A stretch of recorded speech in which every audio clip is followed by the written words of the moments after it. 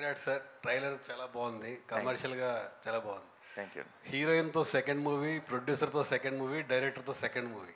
మేము లాస్ట్ మీ 4 years నుంచి మీ కెరియర్ చూస్తే ఎవ్రీ ఇయర్ 2 movies వస్తూ ఉన్నాయి, కానీ 20 year మాత్రం ఒకటే మూవీ, ఒక్క మూవీతోటి ఆగిపోతుంది.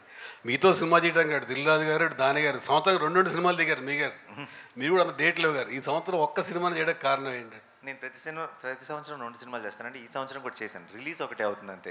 ఎందుకంటే డిసెంబర్లో హాయ్ నాన్న రిలీజ్ అవటం వల్ల మధ్యలో వచ్చి ఇది పడింది. అండ్ ఇయర్ ఎండ్ దాటిన తర్వాత వచ్చే ఇయర్లో మళ్ళీ బిగినింగ్లో ఇంకో సినిమా రిలీజ్ ఉంటుంది. సో చేయటం 2 సినిమాలే, బట్ అప్పుడప్పుడు ఆ టైమింగ్ వల్ల కుదరకపోవచ్చు, ఒక సినిమానే రిలీజ్ అవ్వచ్చు. అంటే థియేటర్స్కి రావట్లేదు ఆడియన్స్ అని రాజు గారు అడుగుతున్నారు. తీసుకొస్తాను, గ్యారంటీ.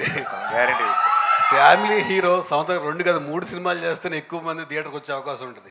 ఓటీటీ దగ్గర మీరు కూడా ఒక్కొక్కటి రిలీజ్ చేస్తూ ఉంటే ఇబ్బంది ఎక్కువ అవుతాం. నా సైడ్ నుంచి 2 ప్రామిస్ అండి ప్రతి ఇయర్. రాంబాబు గారు, మారుతాయమ్మా మారుతాయి, ఆ రోజులు కూడా వస్తున్నాయి, మారుతాయి, మారాలి, రావాలని ప్రొడ్యూసర్స్ అందరు రియలైజ్ అయ్యారు. మా అందరికీ ఏం తప్పు చేసాము, ఎక్కడ దెబ్బ పడుతుంది, ఆలోచనలు స్టార్ట్ అయ్యాయి. షార్ట్లీ మళ్ళీ జనాలు థియేటర్లోనే సినిమాలు చూస్తారు. Thank you. నానిగారు ఇక్కడ నానిగారు అంటే సౌత్ ఇండస్ట్రీ అనేది చాలా పీక్ స్టేజ్లో ఉంది.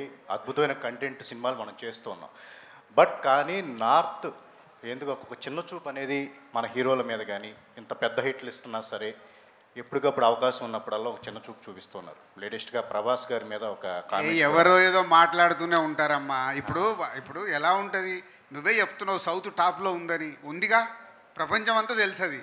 ఎవరో ఒకరన్నా దాన్ని మనం ఎందుకు ఆలోచించాలి? నో, ఇన్ఫ్యాక్ట్ నాకు తెలిసి మీరు చెప్తున్న వ్యక్తికి లైఫ్లో బిగ్గెస్ట్ పబ్లిసిటీ ఐ థింక్ నాకు ఇప్పుడే జరిగింది అనుకుంటా. దానికి మీరు unnecessary your glorifying and unimportant matter కాబట్టి దానికి నేనే నిదర్శనం. నా మీద రాళ్ళు పడుతుంటాయి. ఎందుకు పడతాయి?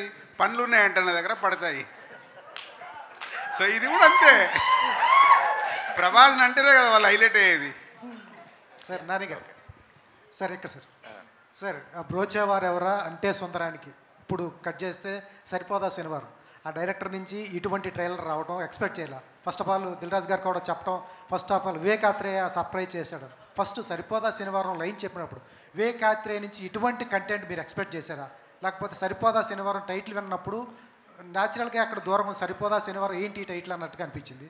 ఫస్ట్ ఆఫ్ ఆల్ ఆ వివేకాత్రేయ నుంచి అటువంటి కంటెంట్ నాకు ఒక నమ్మకం ఉందండి.